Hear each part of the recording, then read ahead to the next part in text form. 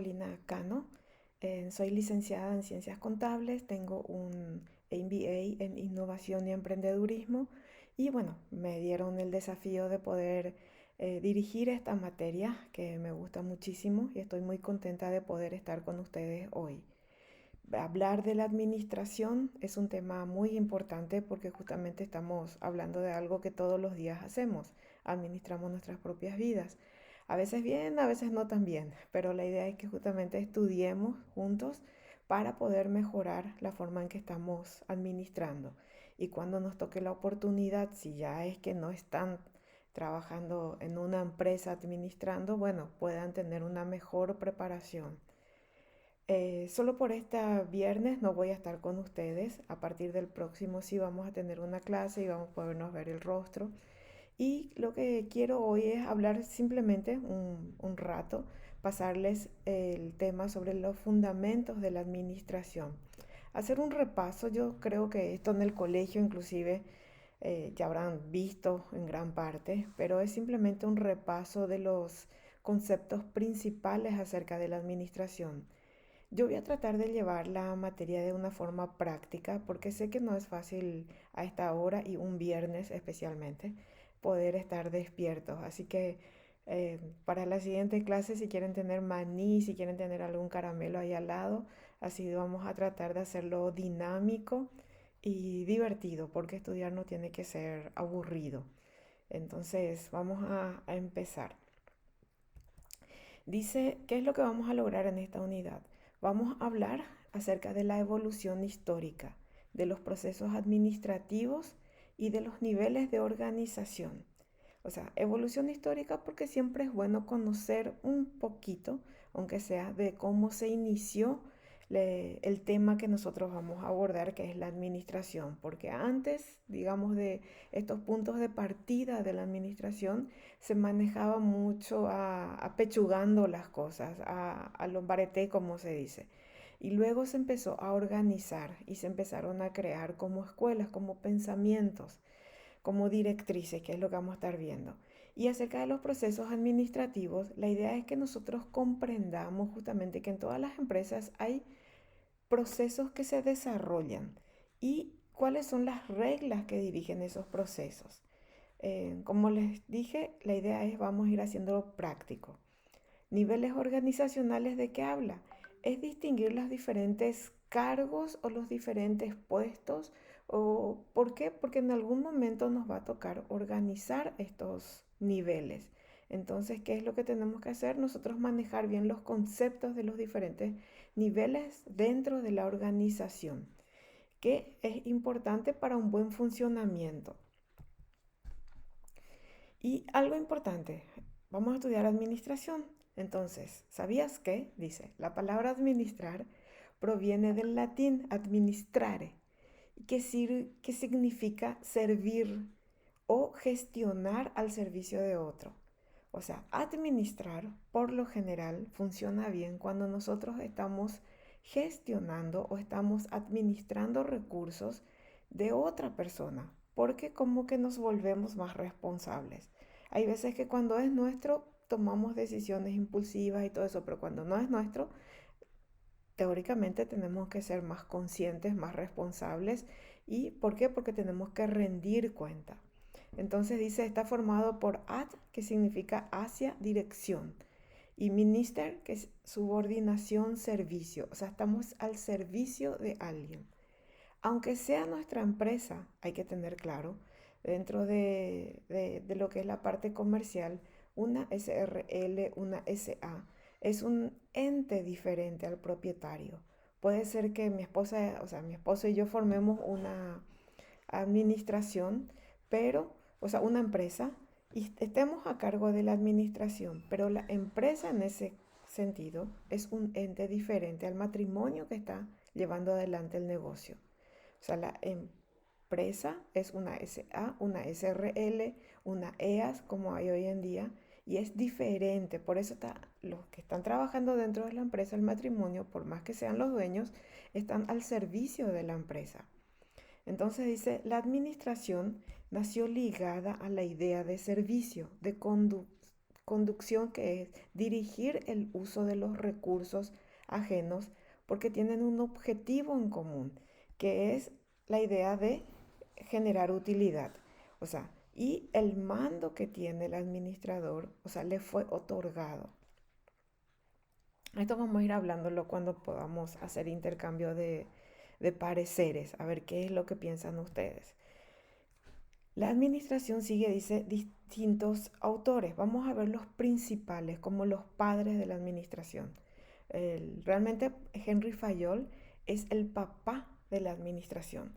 Él fue el que vio la necesidad de organizar en principios, de organizar en conceptos, o sea, en reglas, todo lo que giraba alrededor de la administración de negocios. Y Henry Fayol estableció por primera vez lo que es prever, lo que es organizar, lo que es dirigir, lo que es coordinar y controlar.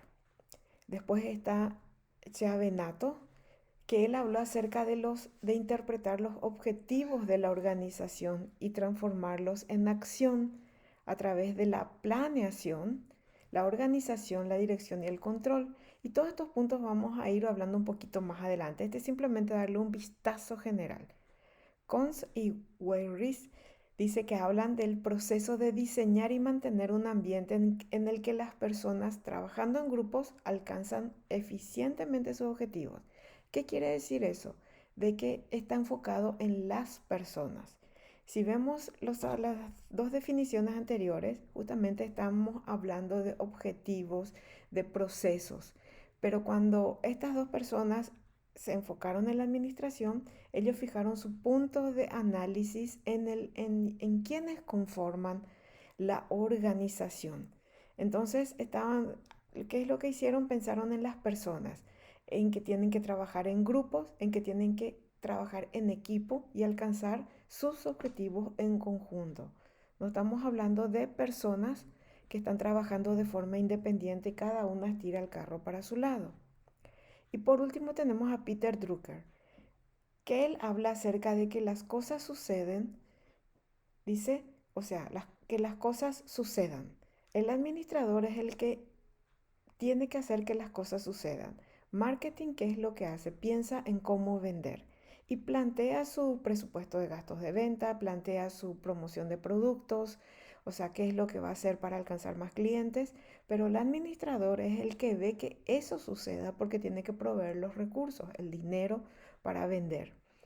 Luego está la parte de convertir resultados en recursos. El dinero que tiene la empresa se tiene que convertir en más dinero. Ese es el objetivo de la administración. O sea, los recursos que hoy tenemos que convertir en resultado, en más dinero para la empresa. Y acá vamos a entrar en un punto que creo que todos conocemos, pero que justamente habla de la eficiencia y la eficacia, que normalmente, dice, son dos ideas que se confunden. A veces uno tiene que pensar dos veces, ¿qué es ser eficiente y qué es ser eficaz? Son dos conceptos o dos características que tiene que reunir una administración. Eficiencia, ¿qué es? Es simplemente hacer las cosas bien. Vos sos eficiente cuando haces las cosas bien. Y dice que es el uso óptimo de los recursos. ¿Cuáles son los recursos de una empresa? El tiempo, el dinero, los materiales, o sea, los bienes que tenés dentro de la empresa.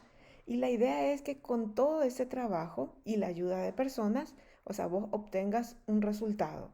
Se centra en cómo vamos a hacer. O sea, ventas quiere alcanzar, no sé, el 25% del mercado. ¿Cómo vas a hacer? ¿Cuánto significa eso para la empresa? Significa cuánto dinero, cuánto tengo que gastar en materiales, cuánto tiempo te va a tomar alcanzar. Ahí hay un pequeño ejemplo. Si quiero producir 100 sillas gastando la menor cantidad de madera y horas de trabajo. O sea, yo voy a ver la forma eficiente de hacer las cosas, pero para producir 100 sillas, pero gastando la menor cantidad de tiempo, de dinero y de materiales, pero que tenga calidad. ¿Y qué sería eficacia? Eficacia es hacer las cosas correctas.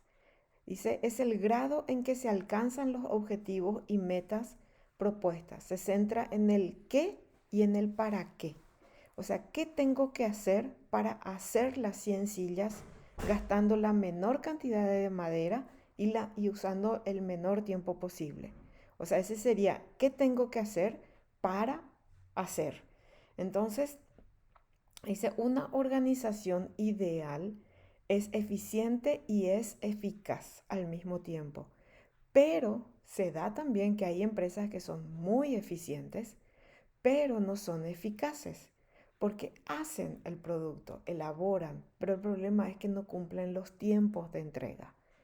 Hacen el producto, pero ¿qué es lo que pasa? Gastan demasiado para hacer algo de buena calidad. Entonces no cumple el objetivo que es lograr más utilidad. Porque si vos le entregas tarde a tu cliente, quiere decir de que tu cliente te va a reclamar y capaz que ni te pague porque ya no le sirve más. Entonces, eficiencia y eficacia son dos ideas que no deben confundirse, sino que tienen que caminar juntos. Evolución histórica, dice de las teorías administrativas, lo que estuvimos viendo antes. Frederick Taylor, el que puso su foco en la eficiencia del trabajo operativo, a eso se le llama administración científica, porque fue el primero que vio la administración como una ciencia. Una ciencia tiene reglas, tiene consecuencias si vos rompes esa regla. O sea, él fue el primero que diseñó la administración como ciencia. Luego viene Henry Fayol, que habla de la teoría clásica. ¿Y él en qué se enfocó? En la estructura y en las funciones de cada uno dentro de la organización. ¿Qué tiene que hacer el obrero? ¿Qué tiene que hacer el cajero? ¿Qué tiene que hacer? O sea, él dijo, cada persona tiene un rol en particular que cumplir y no puede asumir el rol de otro. O sea, ¿por qué? Porque si no se van a confundir y ahí la estructura se va a desmoronar en cierto momento. ¿Qué pasa si el gerente tiene que hacer el trabajo del obrero, del cajero y todo? ¿Por qué? Porque no confía en su gente. Está gastando dinero al tener gente que no le está ayudando realmente. Luego viene en el año 1922 la burocracia. La escuela de la burocracia se le dice. Y es Max Weber.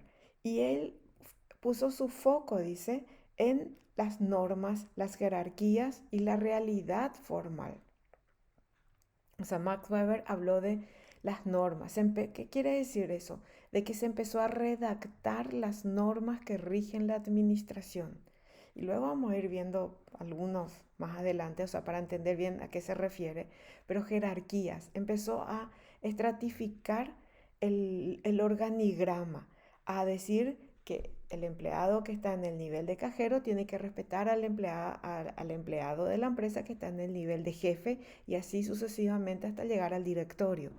Y la racionalidad formal, o sea, empezó a ver la formalidad que tiene que tener la empresa, su trabajo organizado de tal forma que funcione y que no se estén chocando. Y en 1932 ya se empezó a hablar de las relaciones humanas.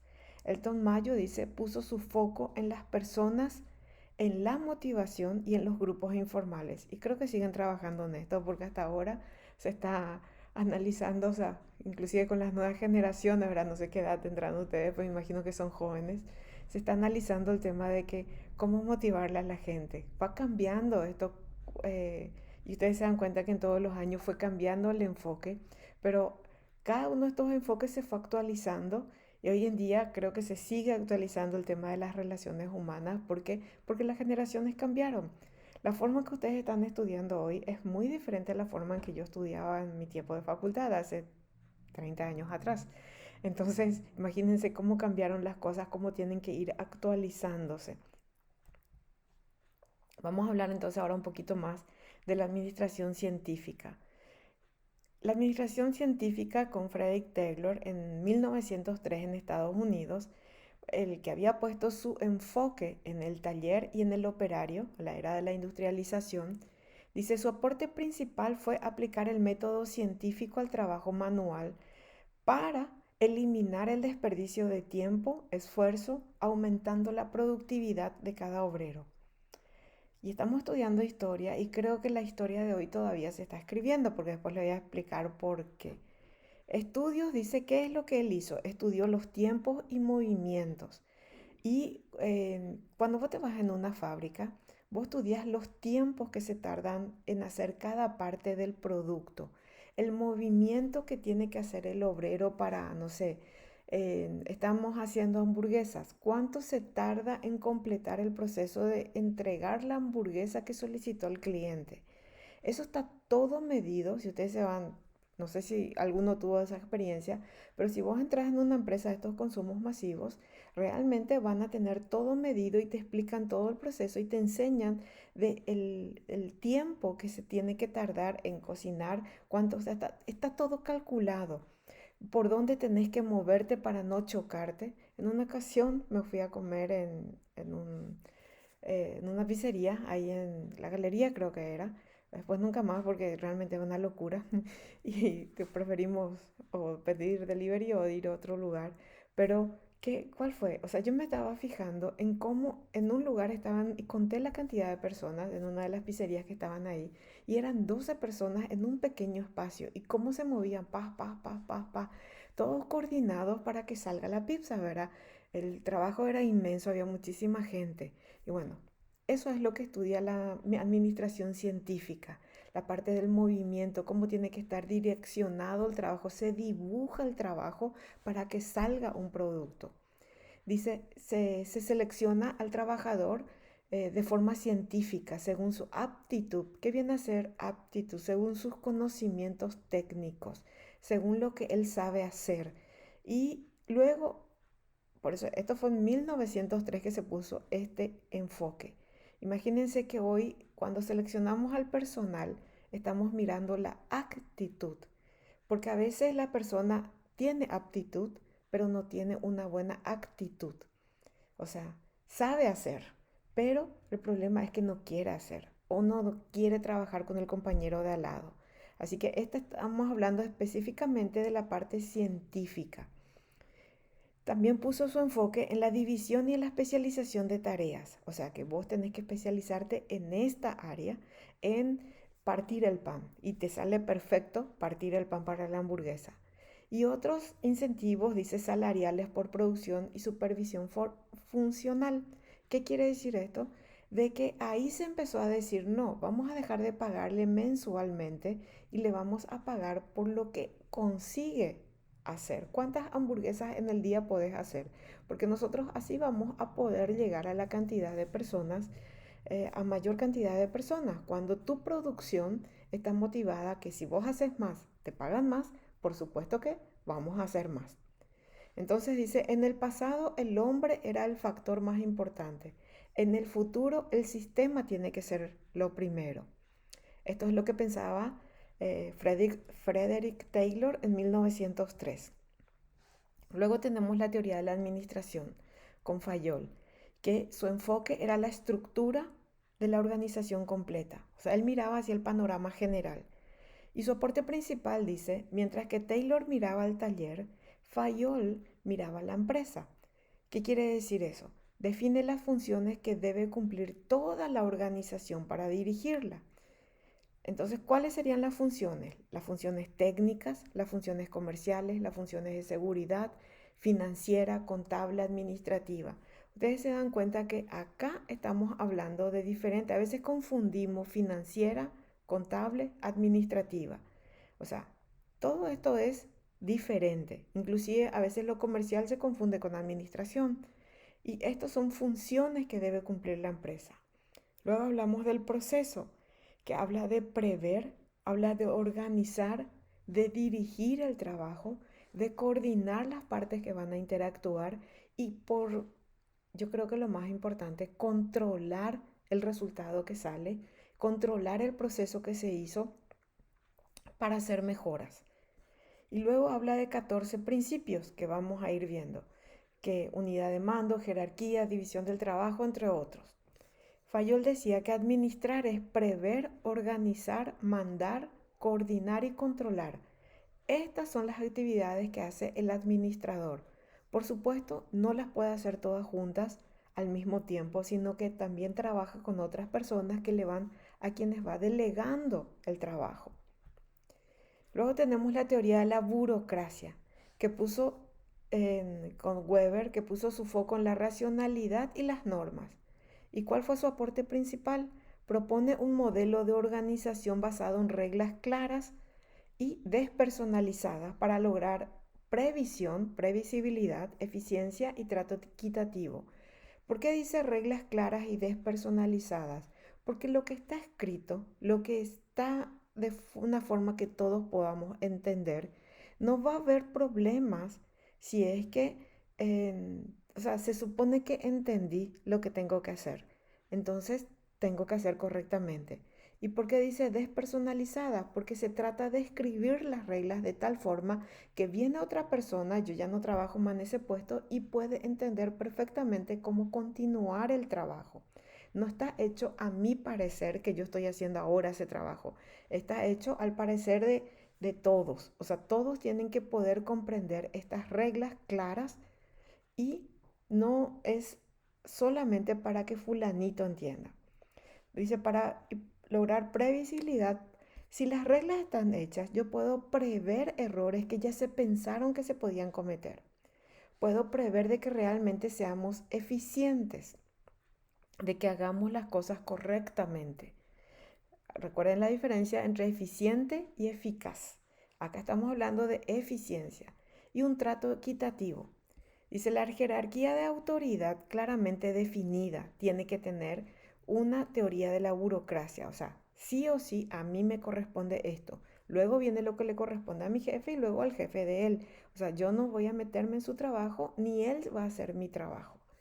Normas y procedimientos escritos y aplicados para todos por igual.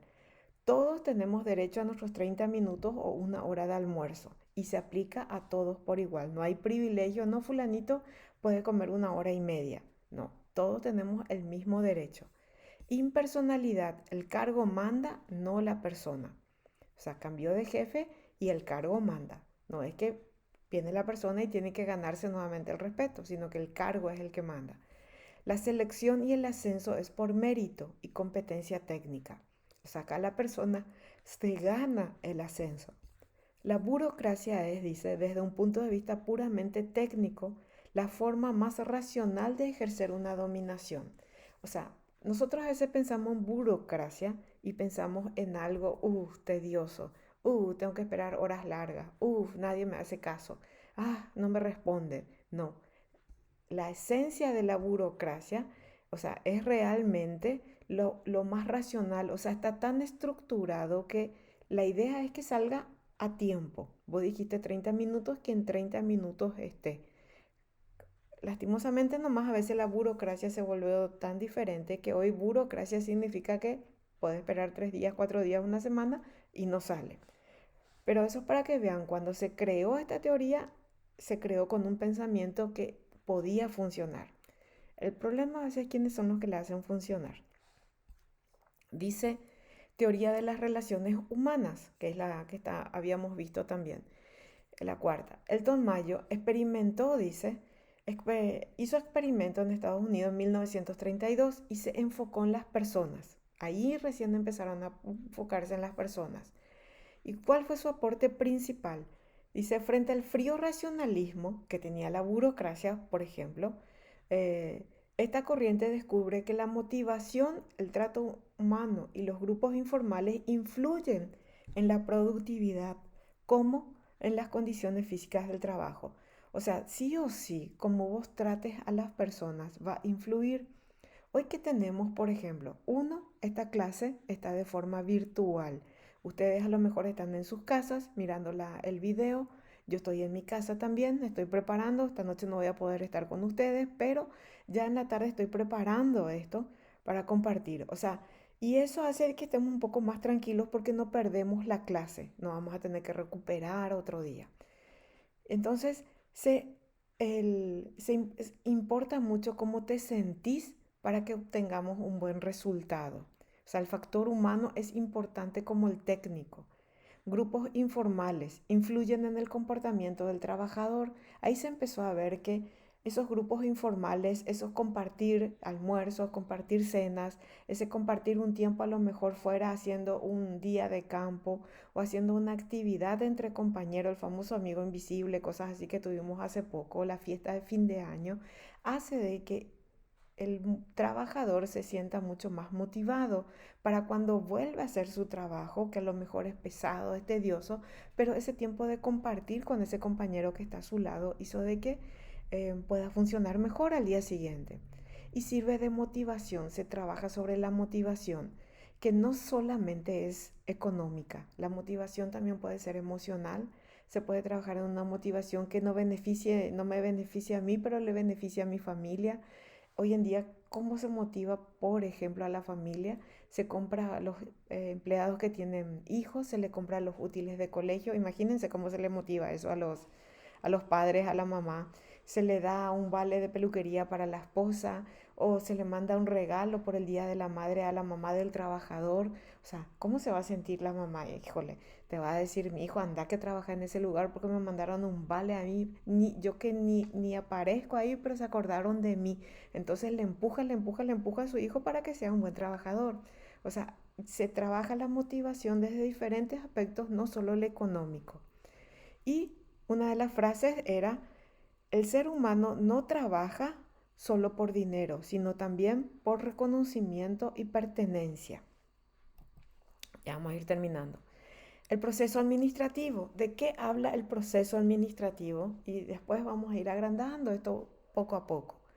El conjunto de fases o pasos, dice, sucesivos, interrelacionados que sigue el administrador para lograr el objetivo de la organización, que en toda organización es obtener ganancias.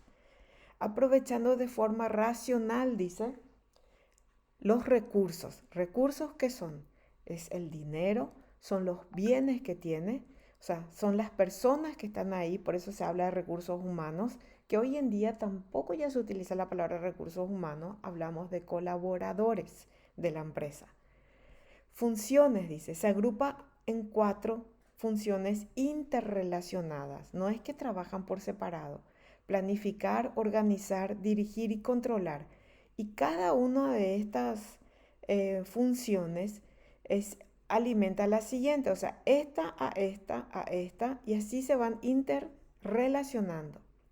¿Y cuál fue la importancia? Ordena el trabajo, dice, reduce la improvisación, permite anticipar problemas y facilita medir, dice, si se están o no alcanzando objetivos. Eso es lo que hace el establecer un proceso administrativo. Se tienen que cumplir procedimientos y uno puede detectar dónde se falló, dónde hubo un fallo para que no se logre el objetivo. Dice, las 4 funciones administrativas, vamos a ir otra vez. Planificar, planificación, define objetivos y el camino que se va a seguir. Organización, distribuir tareas, recursos y responsabilidades. O sea, esa es la función de la organización, distribuir tareas, recursos y responsabilidades. De la dirección, no estamos hablando de la dirección como el directivo, sino dirección, o sea, la función de la dirección es guiar, motivar y coordinar al equipo humano. Y la función de control se enfoca en medir resultados y corregir desvíos. Esa sería la función de control.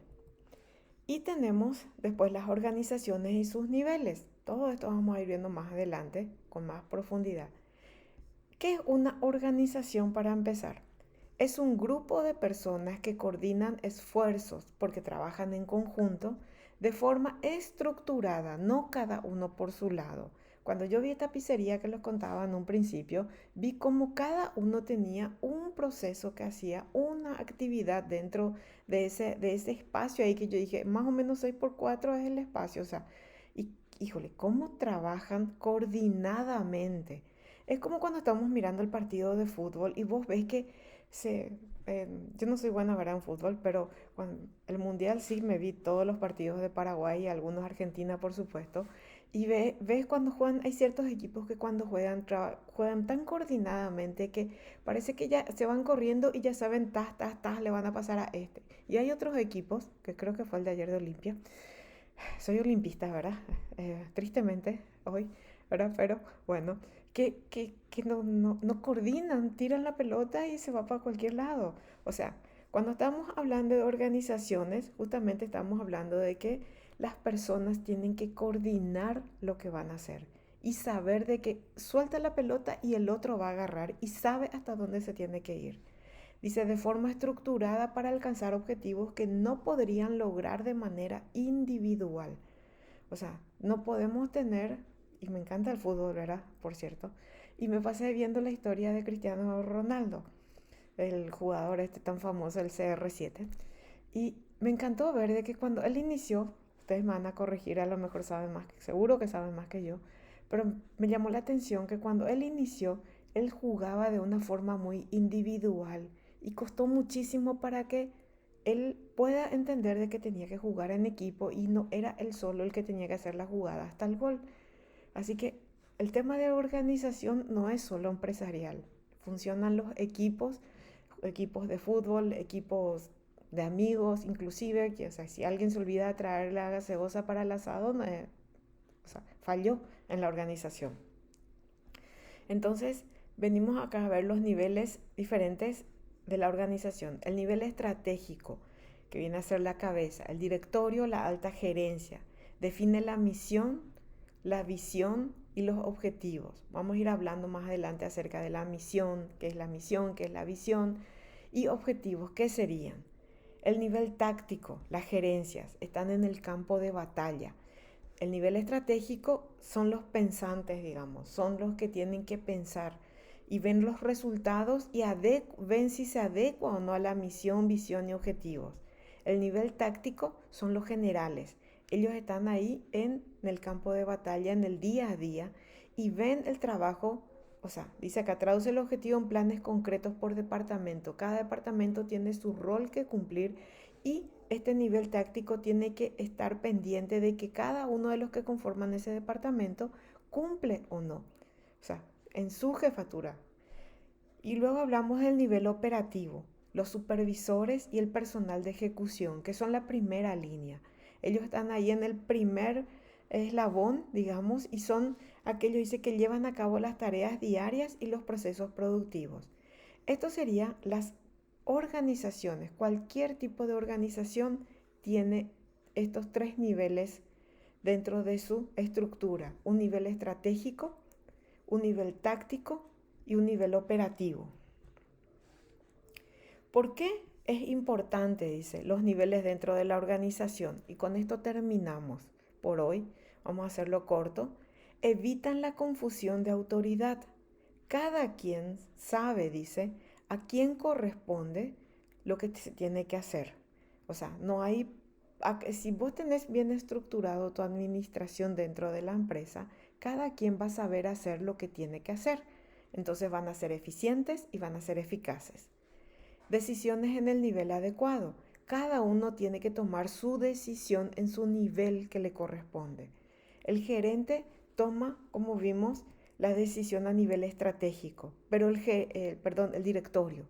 El gerente lo que hace a nivel ahí de producción y facilitan la comunicación, porque si todos vamos a irnos a querer quejarnos con el directorio, le vamos a atropellar y no vamos a poder. Hay que respetar los niveles de autoridad. Crecimiento ordenado.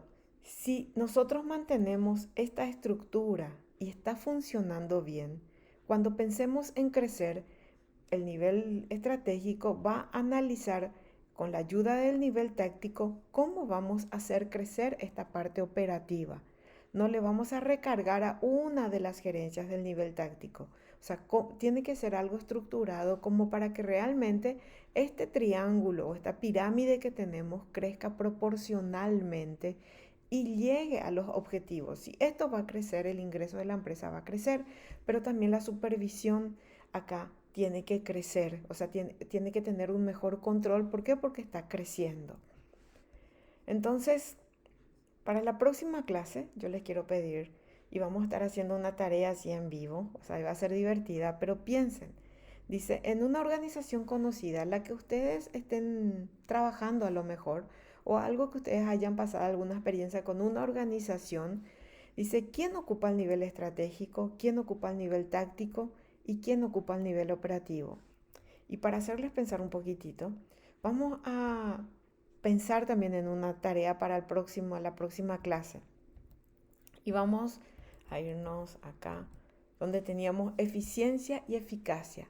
Cuando pensás en esa organización que ya conoces, identifica un poco si están siendo eficientes y eficaz o están siendo una de estas dos nomás. Entonces te doy esas tareas. Así es pensar simplemente y a lo mejor te anotas un chiquitito para tener una ayuda a memoria y compartimos en la siguiente clase.